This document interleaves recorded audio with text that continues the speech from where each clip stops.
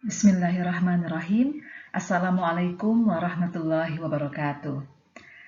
Berjumpa kembali dengan kelas Bu Berlian dalam mata pelajaran fisika. Di video kali ini kita akan membahas tentang penyebab kesalahan pengukuran dan cara melaporkan hasil pengukuran. Sebenarnya apa sih penyebab kesalahan pengukuran? Kesalahan ini dibedakan menjadi dua, yaitu kesalahan sistematis dan kesalahan acak. Kesalahan sistematis adalah kesalahan yang dapat ditentukan sumbernya dan dapat diperbaiki sehingga mampu diperbaiki kesalahannya menjadi sekecil-kecilnya. Faktor-faktor yang mempengaruhi kesalahan sistematis antara lain: pertama, kesalahan alat. Bisa jadi ada kesalahan kalibrasi, yaitu penyesuaian pembubuhan nilai pada garis skala pada saat pembuatannya.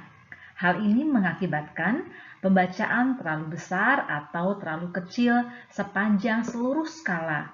Kesalahan tersebut dapat diatasi dengan mengkalibrasi ulang instrumen terhadap instrumen standar. Yang kedua, kesalahan titik nol. Misalnya, titik nol skala tidak berimpit dengan titik nol jarum jam. Atau kegagalan mengembalikan jarum penunjuk ke nol sebelum melakukan pengukuran. Kesalahan tersebut dapat diatasi dengan melakukan koreksi pada penulisan hasil pengukuran.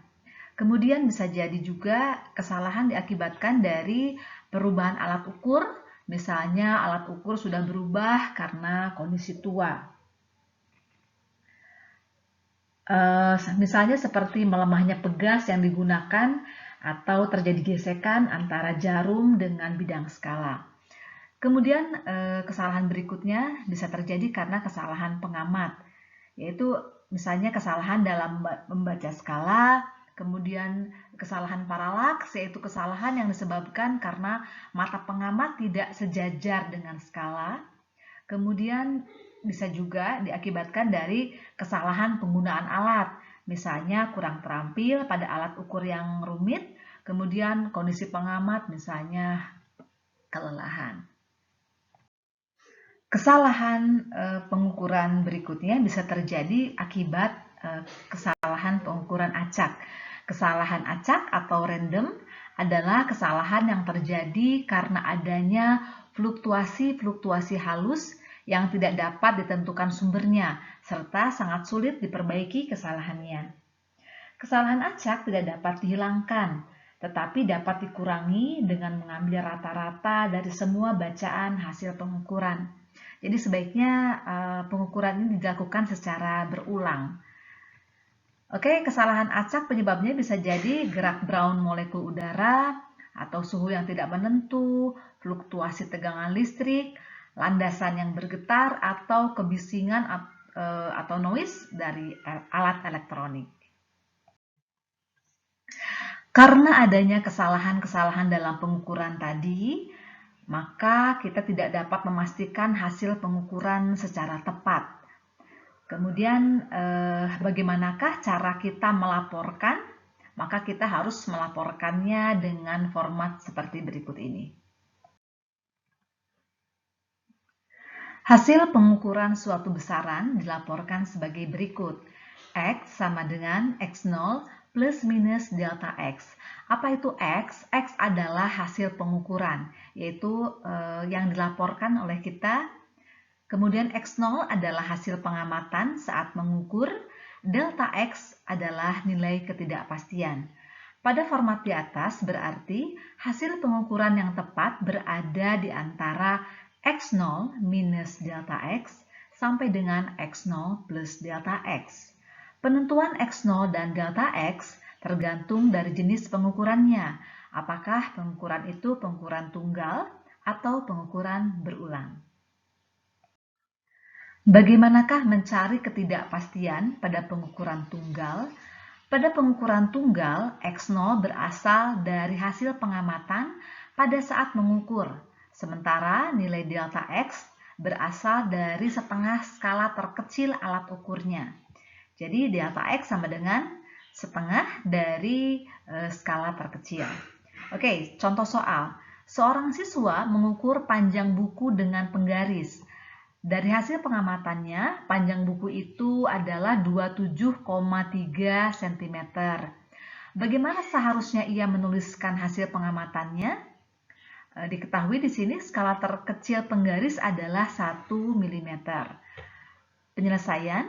Dari soal di atas diketahui panjang buku atau X0 adalah 27,3 cm. Sedangkan skala terkecilnya adalah 1 mm atau 0,1 cm. Maka yang perlu dicari terlebih dahulu adalah ketidakpastian pengukurannya atau delta X. Delta X sama dengan setengah dikali skala terkecil sama dengan setengah dikali 0,1 cm sama dengan 0,05 cm. Sesudah diketahui skala terkecilnya, maka hasil pengukurannya dapat ditulis dengan format delta X sama dengan X0 plus minus delta X. Maka hasil pengukuran siswa tersebut adalah 27,3 plus minus 0,05 cm.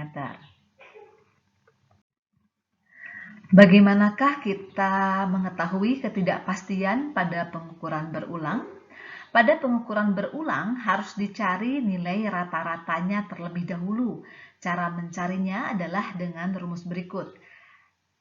Di sini X rata-rata sama dengan sigma XI per N atau banyaknya pengukuran.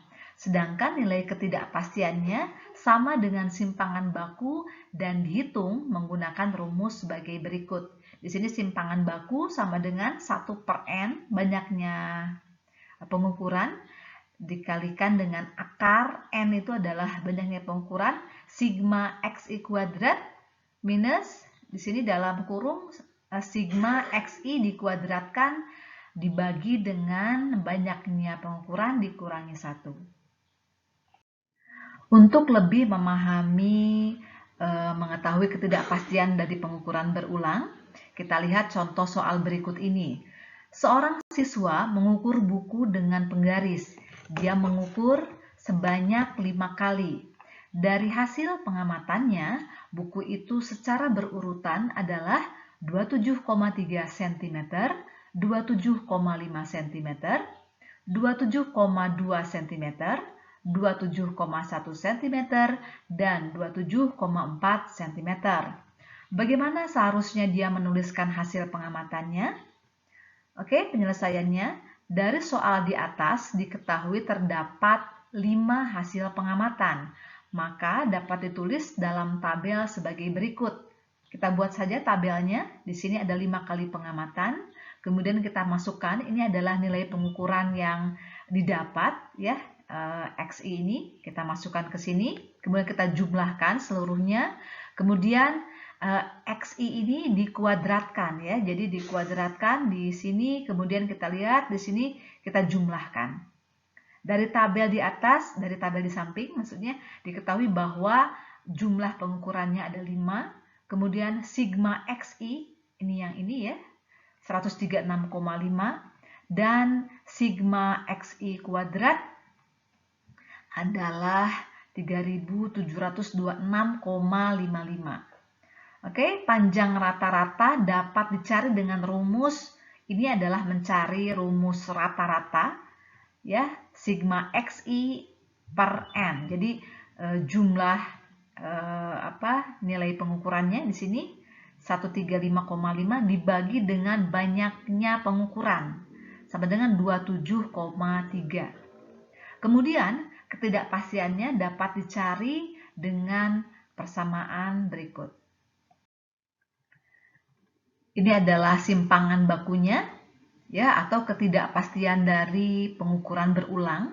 Kita masukkan ke sini, maka hasilnya ketidakpastiannya adalah 0,07. Jadi hasil ketidakpastian dari persamaan ini adalah 0,07 cm.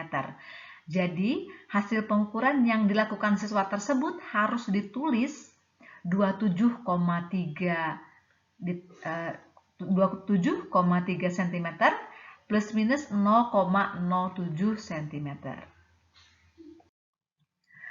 Dengan adanya ketidakpastian pengukuran, maka dapat dicari ketidakpastian relatifnya dengan rumus ketidakpastian relatif sama dengan delta X per X dikalikan 100%.